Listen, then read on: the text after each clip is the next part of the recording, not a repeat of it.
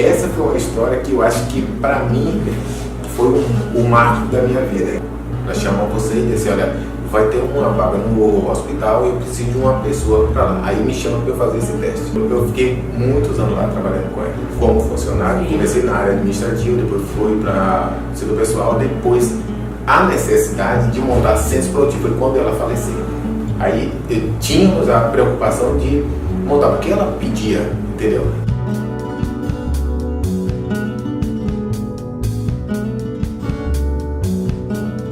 Então montamos vários centros. E um desses centros foi a oficina ortopédica. Aí foi aonde a coisa começou. Eles montaram um curso com o pessoal do Canadá. E aí eu falei, olha, eu quero participar desse curso também, que eu quero aprender. Aí fui, me especializei, entendeu? E aí eu vi o pessoal do México, do Canadá. E no final, o seguinte, era muito pouco para o que eu queria. Era muito pouco. Aí fui me especializando, buscando outros meios, outras informações, estudando. No momento que eu entreguei a primeira prótese, que eu vi o semblante dessa senhora, teve aquela felicidade, poxa, eu falei, pô, eu preciso ser o melhor. Eu não quero ser qualquer, não quero ser mais um. Eu quero ser um dos melhores. Se eu não for o melhor, eu tenho que ser um dos melhores. Eu tenho que estar nesse meio. Para quê? Para eu oferecer o máximo de qualidade possível.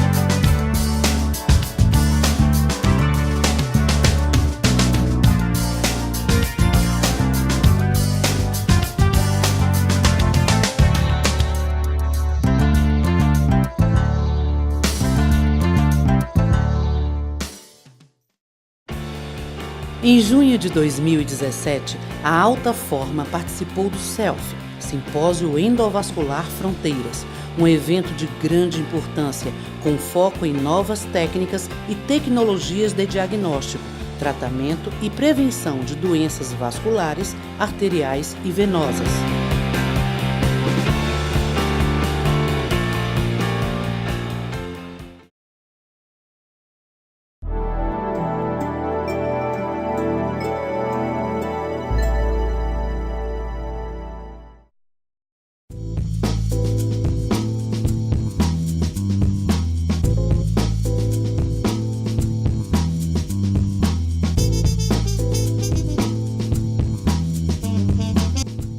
Vários especialistas de renome nacional e internacional estiveram presentes.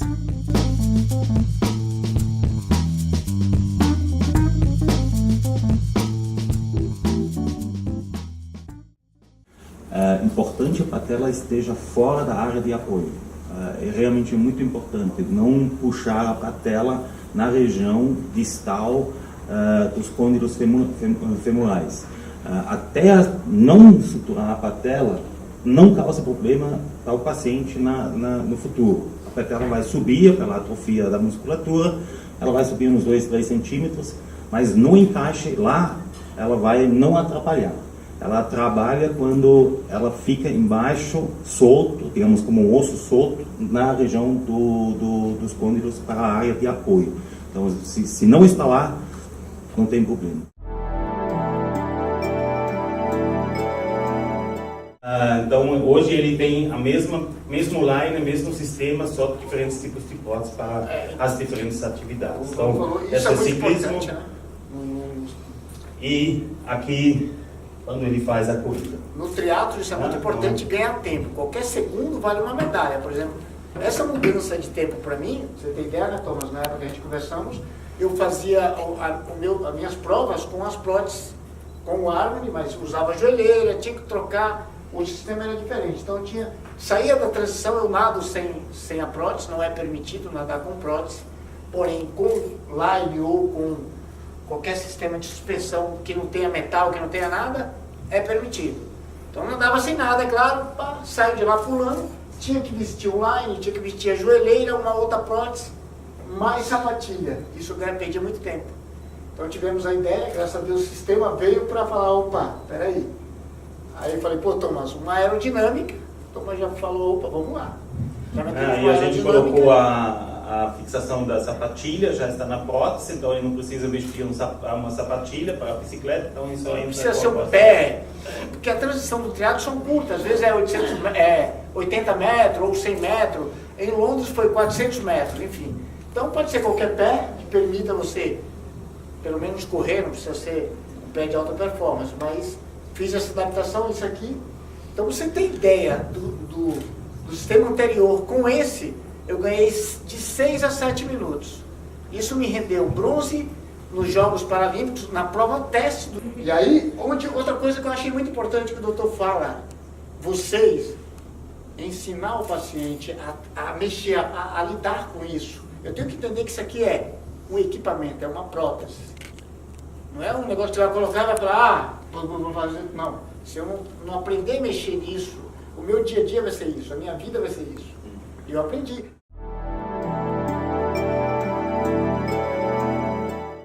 Essa desarticulação de joelho também foi uma cirurgia meio de salvação. É um colega que tem métodos próprios lá, é uma figura, né? E ele tirou os côndilos aqui para tentar manter a desarticulação. Essa patela realmente ficou bastante difícil.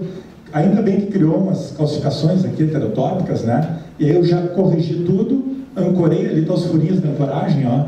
Fiz miodese do mecanismo extensor, flexor, mioplastia, né? E mantive o coto, aqui está o coto pós-operatório, tirei as calcificações heterotópicas, não precisa tirar todos, porque a coxa é bem coberta, né? Diferente da tíbia, que o ideal é tirar tudo, né? Ficou muito bem. Espícula de fêmur costuma ser sem problemas. Aqui outro caso, ó, a gente nota quando a fíbula começa a crescer, né? Dica cirúrgica: a melhor previsão, a melhor prevenção de calcificação heterotópica é, após a osteotomia da tíbia, da fíbula ou do fêmur, lavar copiosamente aquela ferida operatória com soro fisiológico, porque essas debris ósseas têm osteocito que criam osso e que criam espícula. Depois que eu comecei a fazer isso, as minhas espículas sumiram. Certo? Dica, né? Dica de cocheira. Fíbula plus. Tem solução, Thomas? Não tem solução. A solução é não tem solução. A gente até fazia umas KBM assim, com alívio distal, né? Ficava uma porcaria, pelo menos, bom. Né? Mas vai acabar cedo ou tarde. Se o paciente é neuropata, vai furar a pele. Se o paciente tem sensibilidade, ele vai ter um calo, é como se fosse um joanete, um altos valgos ali doendo o resto da vida. E os casos de infecção, né? Por exemplo, esse caso aqui, ó, operei terça-feira. Já resolvi trazer aqui para vocês. 7, 8 meses tratando com antibióticos, etc e tal, trocamos antibiótico, coleta bacteriológica, usa antibiótico, trata antibiótico, liga para o controle da comissão de infecção, sugestões, aquelas coisas todas, né? Sabe aquela endurance que não anda? Pedi uma cintilografia com galho e tecnésio, né? A com galho mostrou essa captação aqui. Quando abri, vocês não estão vendo ali muito bem, mas isso aqui é um etibond, que é um fio não monofilamentar, não absorvível. Não uso mais etibond em nenhuma, só uso, inclusive, fechamento subcutâneo, monofilamentar. Uso mono 2, certo? Para fechar subcutâneo. Abandonei outros fios. Eu não me lembro se tinha sido... Eu fiz já uma cirurgia nesse paciente, esse paciente é terceiro procedimento, tá? Mas eu não... Como eu não uso já há muito tempo, eu acho que eu resisti, não coloquei, tá? Mas não vou dizer que não tenha sido eu. E aí, retirei junto com esse etibond aqui, fiz uma ressecção do fêmur distal e tinha osteomielite no fêmur também, porque a cintilografia me mostrava que eu tinha. Olha ali, ó. Isso é uma captação 1 ano e 2 meses depois do último procedimento. É óbvio que tem infecção, né? Eu pus, coletei, lavei bem. Aspecto final, já com o dreninho ali, pronto. Eu tive que pincelar algumas coisas em cirurgia, porque eu sei que tem colegas cirurgiões aqui, eu sei que é um tema enfadonho para quem não opera, né? Mas a gente, alguma coisinha para a gente abordar sobre tudo, tá? O teste de Thomas, né? Infelizmente não é Thomas Flöger, a gente sempre faz a mesma piada quando está juntos, né? Mas serve, né? Thomas, para que serve? A gente flexiona o membro contralateral e vê se a amplitude do quadril. Quando a gente flexiona aqui, a gente retifica a lombar. Se o paciente estica completamente, é sinal de que ele não tem déficit de extensão do quadril. O paciente pode ter 30 graus e esticar completamente, ele compensa na lombar e nos engana. Com o teste de Thomas, olha aqui, ó, esse é o caso, ó. Ele estica, se a gente estica a perna, ele estica completamente o quadril. Quando eu retifico a lombar, que é o teste de Thomas, ele dá uma flexão aqui de aproximadamente 40, 45 graus, o que é incompatível com a protetização. E aí, melhorando a qualidade de marcha à medida que você melhora o equipamento. Esse é o problema. Se o paciente adquire vícios de marcha, depois é muito difícil tirá-los. Depois eu vou dizer por quê. Logo que eu começo a protetizar, eu não achei foto melhor ainda, Thomas, que essa, tá? Por isso que eu montei essa desgraça. Mas eu acho tão boa essa foto aqui, porque eu sempre digo para o paciente, começou, recebeu a prótese. O senhor entrou no período ou. Ou o senhor está de prótese, ou o senhor está de faixa. Não existe sem nada. Esse é um dos motivos de sucesso. Qual é a diferença de eficácia e efetivo? Tem uma pílula anticoncepcional que funciona muito bem, ela é nova. E aí nos testes de laboratório, a menina ganha um reloginho que todos os dias ao meio-dia toca e ela tira da bolsa a pílula e toma. E é eficaz em 100% dos casos. Então ela é melhor que a pílula que vende no mercado, que deve ser 98, 99, na época que eu fiz gineco era 97, né? 97%.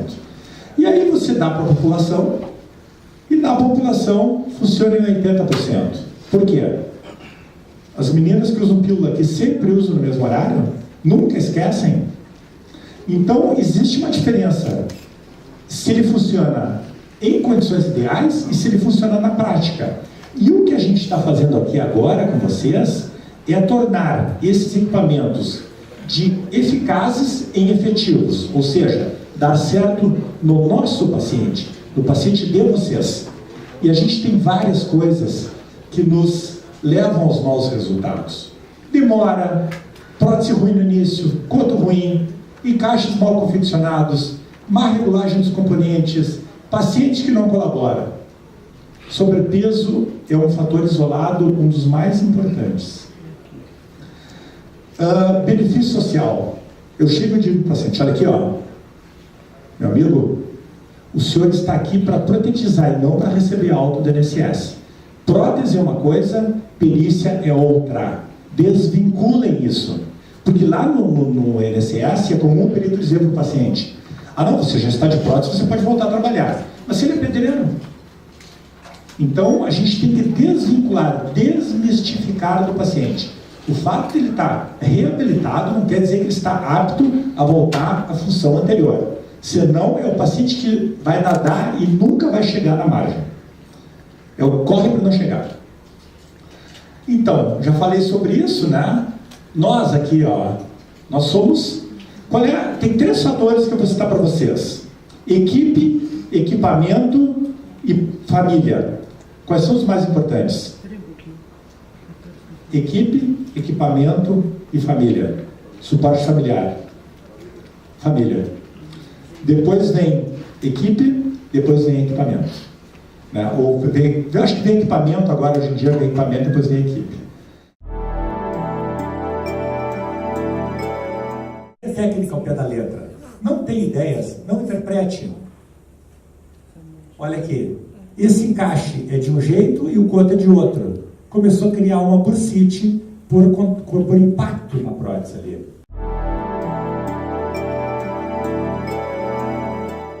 Na textura, todos parecem muito similares, mas na característica mecânica eles são muito diferentes. Agora, o silicone, dentro de um encaixe de prótese, ele é duro como essa madeira. Mais macio é copolímero e mais fluido é poliuretano. Então, na verdade, o melhor material que você teria como interface seria o poliuretano, porque ele tem uma característica muito similar como a textura do tanque. Ele é fluido, porque é líquido, mas incorporado. Né? O nosso sistema aqui é viscoelástico.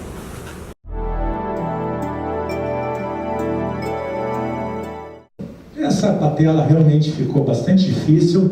Ainda bem que criou umas calcificações aqui heterotópicas, né? E aí eu já corrigi tudo, ancorei ali os furinhos da ancoragem, ó.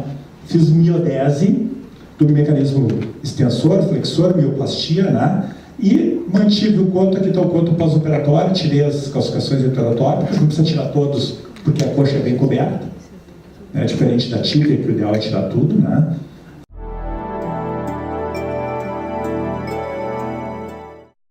Até quantos centímetros você deixaria, se é que existe esse limite, para protetizar esse paciente sem passar para uma desarticulação de joelho ou uma transfemoral? O Thomas pode me ajudar nessa, né? Vou chamar os universitários. Mas a gente consegue, hoje em dia, protetizar pacientes desde que você tenha inserção do tendão patelar, cotos muito curtos.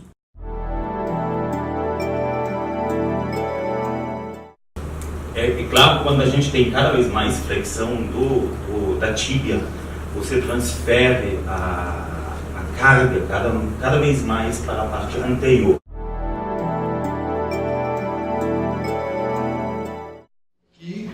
A questão da amputação é uma coisa que os próprios nós, médicos, fisioterapeutas, terapeutas ocupacionais, temos uma dificuldade de lidar com isso. Eu comecei a entender mais ou menos o que é que acontecia com esse currículo, porque depois eu passei a trabalhar com formação de médicos, né? Eu comecei a entender por que a gente tem essa dificuldade, né? Os dois maiores medos que o ser humano tem são morte e mutilação.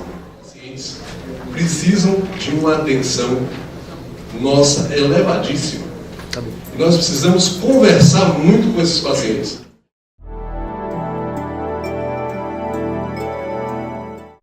No fundo, sempre teve medo de ser bom de amputação, né? Assim, como se esse título fosse um demérito, né?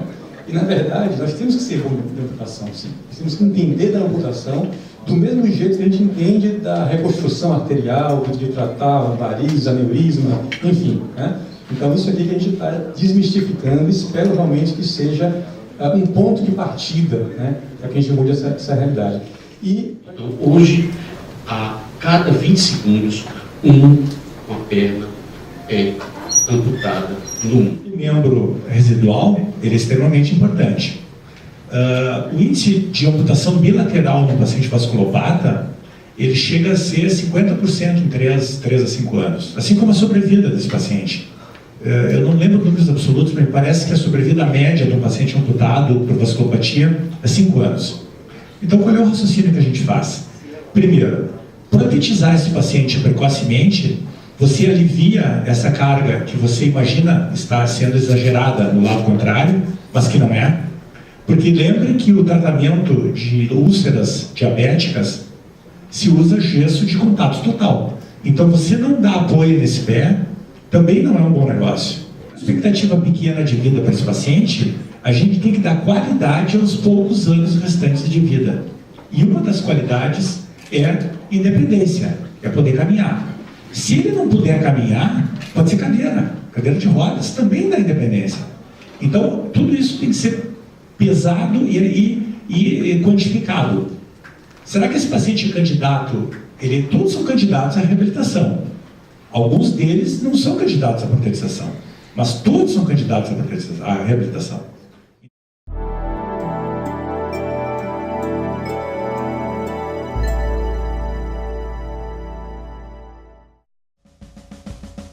O presidente do CELF Bahia 2017, Dr. Ronald Fidelis, colocou como principal objetivo do evento a criação de um ambiente de debate para estimular o uso racional e apropriado das novas tecnologias, definindo suas indicações e limitações. O Simpósio Endovascular Fronteiras Bahia 2017 traz na sua essência uma abordagem de temas de extrema relevância para o especialista vascular, contextualizados na realidade econômico-social da região norte-nordeste do Brasil. Aneurismas da aorta, tratamentos de varizes, prevenção de acidente vascular isquêmico, angioplastias arteriais, dispositivos de remoção de trombos, reabilitação motora, entre outros temas, são apresentados por grandes especialistas nacionais. Segundo Fidelis, cabe ao médico a melhor escolha, o melhor planejamento e a melhor execução para o bem dos pacientes.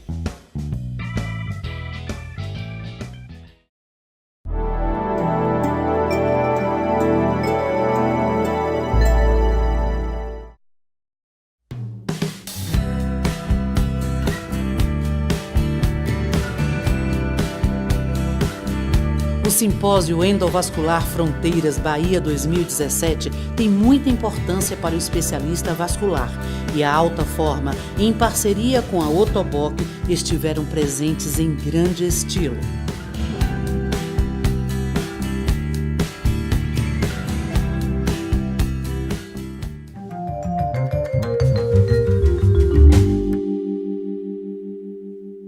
Meu nome é Thomas Pflecker. Sou técnico ortopédico e hoje diretor regional de Academy e Medical Care da Otoboc. Esse aqui é o modelo mais básico, como a gente consegue ver, só faz abrir e fechar e só faz abrir e fechar sobre os dedos, o indicador e o polegar. Aqui o modelo que tem a mesma forma, você tem aqui a pegada entre polegar e indicador, mas ele pode fazer um sinal e aí ele muda e consegue fazer a pegada sobre o indicador. Então a gente chama de chave e pinça, né? Então essa aqui é a forma como você pega uma chave, por isso é a pegada de chave. E essa pegada de pinça porque ela é mais precisa. E ele tem ainda a fazer a rotação da mão. Então ele consegue fazer, na verdade, 6 movimentos aqui e aqui você tem 2 movimentos. Essa é a grande diferença. E quando ele relaxa, aberto, a mão fecha e sempre vai a uma posição neutra. Então, ela sempre fecha e vai a uma posição neutra, como a nossa mão também quando ele anda, para que ficar numa posição neutra, para que seja mais natural. Aqui um encaixe para uma amputação transfemoral, onde a gente mistura 2 tipos de materiais, que a gente tem aqui um silicone a gente chama de alta resistência, é um silicone medicinal, importante para não causar nenhuma reação alérgica ao paciente, então é testado, é o mesmo tipo de silicone que se usa em implantes ou em outras formas, só a densidade do material é diferente. Silicone porque tem uma aderência melhor ao corpo e como medicinal não causa nenhuma irritação e reforçado só com fibra de carbono. Então aqui a gente tem só fibra de carbono para dar a resistência, a estabilidade do sistema e não perder ou não ter muito peso também do encaixe desse aqui. E aí você pode colorir diferente, você pode fazer a cor da pele, mais grafite, mais neon ou sei lá, qualquer tipo de cor dá para misturar e personalizar isso mais para o paciente, para você ver alguma coisa um pouco futurística. Ou um sistema protético para paciente transtibial com o pé, vira uma vez de lado, com o pé, já um pé que é um pé que combina a marcha, mas também ser um pé para esportivo. Então pode pular em cima desse pé, né? Ele devolve energia, então dá para pular de lado, aí ele vai adaptar-se ao lado também. Fiz uma vez assim de lado, assim. Isso, né? Você viu como ele se adapta também aos movimentos laterais. Você pode puxar nessa posse aqui, ela sai nunca, né? Então você pega uma pessoa aí, você viu aqui, você pode puxar e não sai nada, né? Então é totalmente firme. elasticidade e uma devolução de energia. De nada.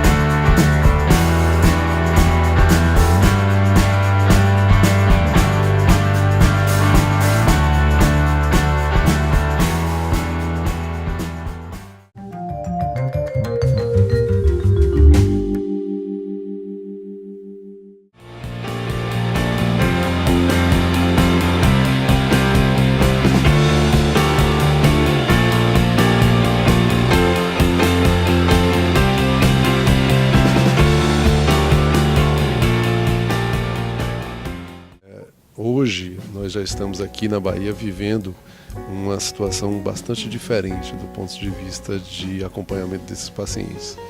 Esse conceito de centros de reabilitação, locais onde você pode colocar diversos profissionais que vão assistir a esse paciente. O principal, digamos assim, artesão nesse processo que vai responder às necessidades do paciente e às necessidades que o médico solicita é a ortopedia técnica, né? A oficina ortopédica é quem vai confeccionar os materiais que vão responder àquela necessidade que o paciente tem. Então, o médico entra com uma visão, digamos assim, geral do paciente, de toda a situação, né? A ortopedia técnica confecciona o equipamento necessário, tá certo? E o paciente vai ser treinado no uso desse equipamento pelo fisioterapeuta. Então, assim, não há como assistir a esse tipo de paciente sem esses múltiplos olhares, essas múltiplas capacidades.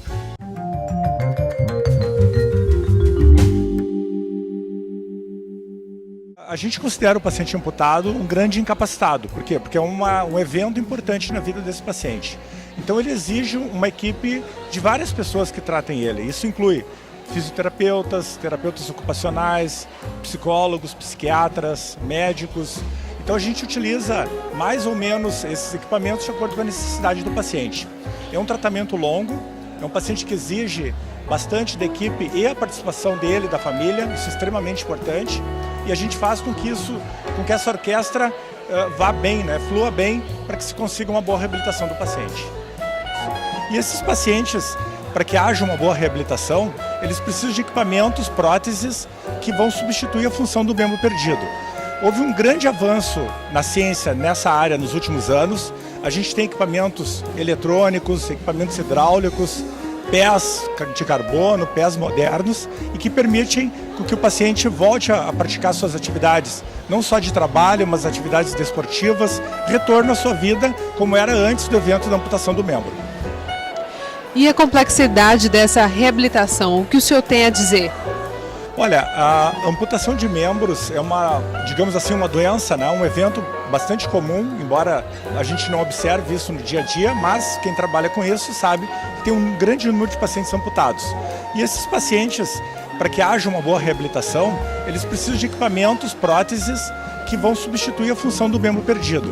Houve um grande avanço na ciência nessa área nos últimos anos. A gente tem equipamentos eletrônicos, equipamentos hidráulicos, pés de carbono, pés modernos e que permitem que o paciente volte a praticar suas atividades, não só de trabalho, mas atividades desportivas, retorno à sua vida como era antes do evento da amputação do membro. O bom resultado, ele é uma sequência, ele é consequência de uma interação entre paciente, equipe e equipamento, né? O paciente tem que participar ativamente, a gente tem que orientá-lo para que ele consiga participar da melhor forma possível. A equipe tem que estar bastante sintonizada para resolver os problemas de maneira rápida, estar disponível para quando o paciente precise, a gente poder recebê-lo, e o equipamento adequado. Essas três coisas são muito importantes.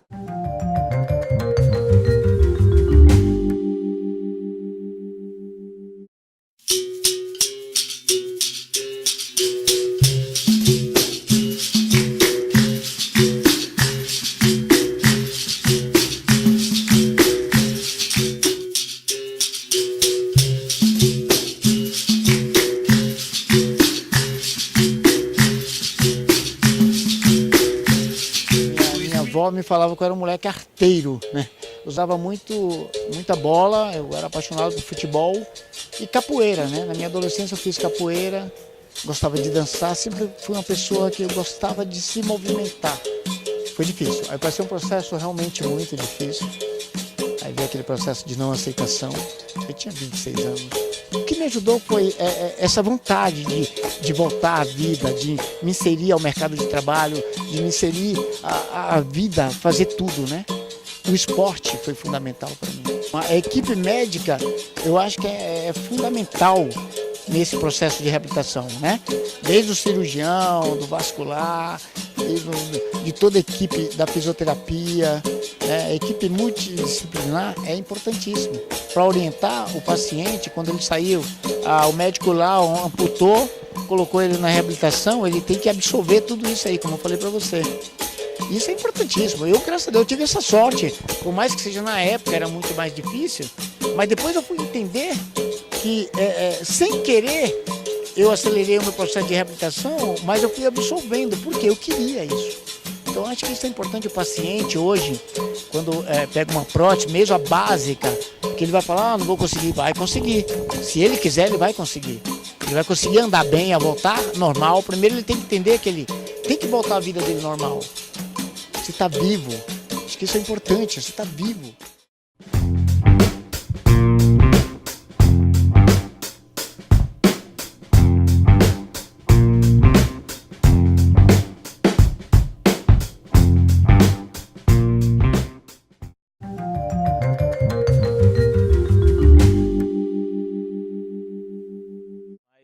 Uma prótese numa clínica em São Paulo, porque até então eu não conhecia clínicas aqui na Bahia. Então eu fui até São Paulo. Só que lá eu tive um problema, porque eles me pré-protetizaram e cuidaram, teve aquele acompanhamento assim, momentâneo, só que o pós-protetização não houve.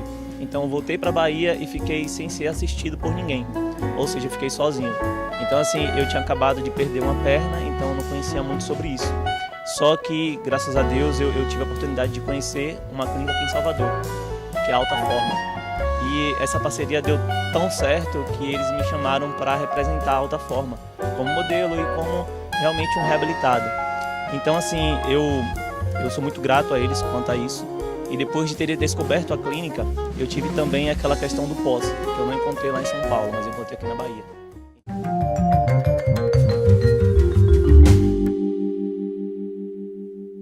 Super inovadora essa ideia de você ter médicos, técnicos ortopedistas, pessoas que utilizam próteses juntas conversando para chegar a um denominador comum do que é melhor para o desenvolvimento de toda essa área. Quer dizer, uma boa amputação, uma boa assistência técnica ortopédica e uma boa resposta desse paciente faz com que a gente tenha uma reabilitação mais adequada. Isso é fundamental para qualquer pessoa.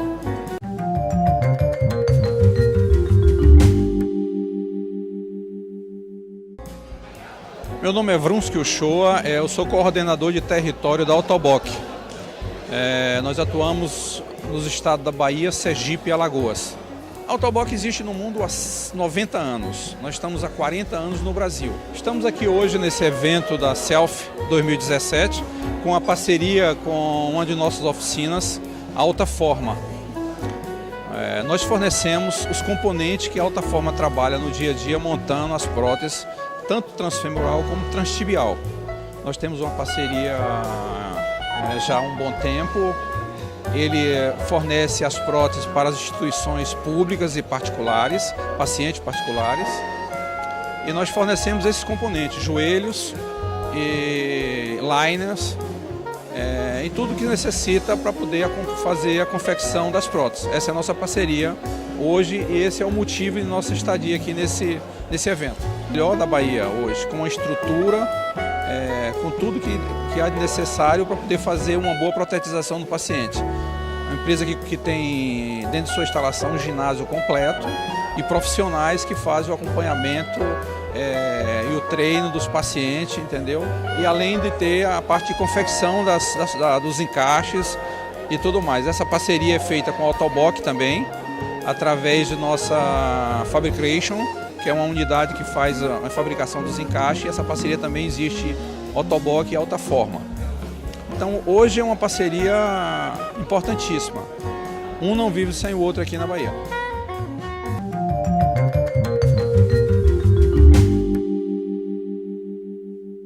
Consideramos hoje a Automoc uma grande parceira da Alta Forma. O grande projeto da Alta Forma é ampliar seu centro de reabilitação.